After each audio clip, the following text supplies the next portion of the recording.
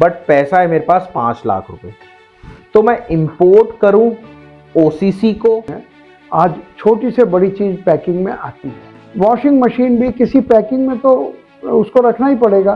पेड़ से बनता है कागज, कैसा भी हो, कागज गत्ता एक ही बात है। इसको हमें जरूरत से ज्यादा बचा के रखना चाहिए, जिससे कि पेड़ों की कटाई कम से कम, बहुत कम पैसों से हो सकता है। ये जो इंपोर्ट कराते हैं उसमें भी आप लोकल बिजनेस ही कराते हैं बेसिकली पहले?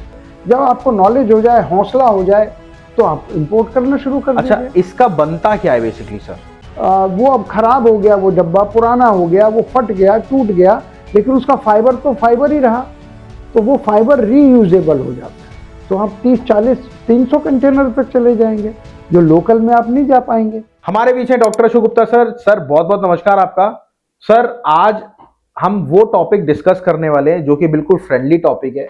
जैसे कि मेरे को अपने बिजनेस करना है स्क्रैप बिजनेस, बट पैसा है मेरे पास 5 लाख रुपए, तो मैं इंपोर्ट करूं ओसीसी को। देखिए ओसीसी करना है, मैं हूं यूपी से बेसिकली, और मेरे को करना है इंपोर्ट ओसीसी, बट मैं लोकल में करूं या फिर इंपोर्ट करूं, और लाइसेंस क्या क्या लगेंगे पूरी वीडियो में बात करेंगे। पर पहला स्टेप मेरा है, मेरे पास ओसीसी एक्चुअल में क्या होता है? ओसीसी का मतलब होता है ओल्ड कॉरोगेटेड कार्टन्स, जो पैकिंग में जो बहुत खाकी डब्बे से होते हैं। आज छोटी से बड़ी चीज पैकिंग में आती है। यहाँ तक कि जो फ्रिज है, टीवी है, उस टीवी को तो जरूरी है क्योंकि वो एक कांच की आइटम है, लेकिन फ्रिज तक भी, वॉशिंग मशीन भी किसी पैकिंग में तो उसको रखना ही पड़ेगा। तो बड़े बड़े डब्बे, बड़े डब्बे के अंदर छोटे डब्बे, छोटे के अंदर और छोटा डब्बा, तो वो सारा स्क्रैप यानी वो रीयूजेबल होता है। और सबसे बड़ी बात यह है कि वो पेड़ से बनता है, कागज कैसा भी हो, कागज गत्ता एक ही बात है। तो वो पेड़ से बनता है। इसको हमें जरूरत से ज्यादा बचा के रखना चाहिए, जिससे कि पेड़ों की कटाई कम से कम हो, और इसको रीयूज में लेना चाहिए। बहुत आसानी से रीयूज हो जाता है। तो इसलिए ओसीसी बिजनेस भी बहुत इको फ्रेंडली बिजनेस है, और इसको जैसे आपने कहा बहुत कम पैसों से हो सकता है ये।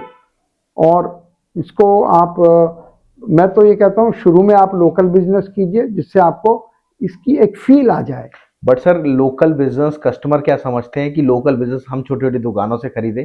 देखिए वो लोकल बिजनेस नहीं होता एक्चुअल में। बताइए सर, आप जो इंपोर्ट कराते हैं उसमें भी आप लोकल बिजनेस ही कराते हैं बेसिकली पहले? पहला स्टेप तो आपका यही है कि आपको लोकल बिजनेस करना है। सीखने के लिए लोकल बिजनेस वो कैसा होता है? होना चाहिए। लोकल बिजनेस कैसा होता है कि इंपोर्टर से खरीद के देना?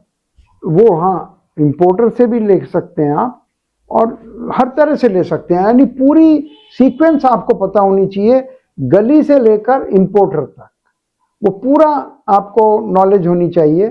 तो आप इंपोर्टर से भी लीजिए, बीच वालों से भी लीजिए, छोटे से भी लीजिए। जब आपको नॉलेज हो जाए, हौसला हो जाए, तो आप इंपोर्ट करना शुरू कर दीजिए। अच्छा, इसका बनता क्या है बेसिकली सर? कागज है बेसिकली। कागज से फिर से कागज ही बनता है, और कागज में जो फाइबर है वो ही काम आता है। तो फाइबर वो अब खराब हो गया, वो डब्बा पुराना हो गया, वो फट गया, टूट गया, लेकिन उसका फाइबर तो फाइबर ही रहा, तो वो फाइबर रीयूजेबल हो जाता है। तो उसको हम बोल देते हैं रिसाइक्लेबल ओसीसी में, कि वो दोबारा उसका गत्ता ही बन जाता है।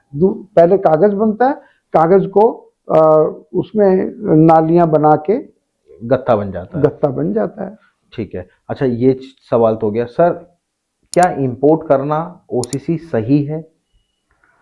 मैं तो कहता हूं जब आपके पास बजट अलाउ कर रहा है, आपको नॉलेज है अगर इंपोर्ट की, तो नेचुरली इंपोर्ट में आपको ज्यादा पैसा बचेगा, क्वांटिटी ज्यादा हो जाएगी, स्केल बढ़ जाएगा आपका। और शुरू में मान लिया आप केवल 2-3 कंटेनर से शुरू कर रहे हैं, तो आप 30, 40, 300 कंटेनर तक चले जाएंगे, जो लोकल में आप नहीं जा पाएंगे। 300 कंटेनर तो माल तक इकट्ठा करना बहुत इसलिए दुर्लभ का काम होता है। जो लोग कम बजट में है वो लोकल करते हैं, जिनका बजट मीडियम या मीडियम से ऊपर है वो इंपोर्ट कर सकते हैं। ये बजटिंग के ऊपर होता है। और सर ये अगर देखा जाए तो कहाँ पे जाता है माल? अगर अपन इंपोर्ट करें तो कहाँ पे जाता है? देखिए, इसके जो एंड यूजर हैं वो पेपर मिल्स होती हैं। पेपर मिलों को रोज का स्क्रैप पेपर चाहिए, पेपर और गत्ता चाहिए। तो वो हर जगह, और ये पूरे इंडिया में ये एक लेबर इंटेंसिव काम है, तो जगह जगह मिलें खुली हुई है, पूरा इंडिया भरा हुआ है सर पेपर। पूरे इंडिया की बात करें तो कितनी मिलें होंगी इंडिया में? देखिए, मैं इस बारे में मैं कोई मेरी स्टडी नहीं है, पर मैं एक समझता अंदाजा हूँ पूछ रहे हैं 10,000 मिलें कम से कम 10,000 मिले? मिले। पेपर का इतनी जरूरत है, हर लेवल का पेपर बनता है, हाथ से बन जाता है। एक बहुत, इसके लिए कोई बहुत बड़ी मशीनें नहीं चाहिए इस पेपर को बनाने के लिए, इजीली बन जाता है। तो और इस पेपर को अगर ट्रांसफर करेंगे, मान लिया दिल्ली में पेपर इकट्ठा हो रहा है, तो दिल्ली के 100 किलोमीटर के एरिया में ही बिकना चाहिए। अगर दूर दूर जाएगा तो महंगा हो जाएगा। इसलिए हर शहर के आसपास, चाहे वो गत्ता हो चाहे वो लोहे का स्क्रैप हो, मिलें आसपास ही होती हैं। हर 100 किलोमीटर के एरिया में 10-20 मिलें होती हैं। तो सर मिले वाले क्या उधार लेते हैं माल को? ये बिल्कुल सही कहा आपने कि ये आप पर डिपेंड करता है। अगर आप एक अच्छे सप्लायर हैं तो लेने वाले सैकड़ों हैं आपके पास, तो आप उधार नहीं देंगे।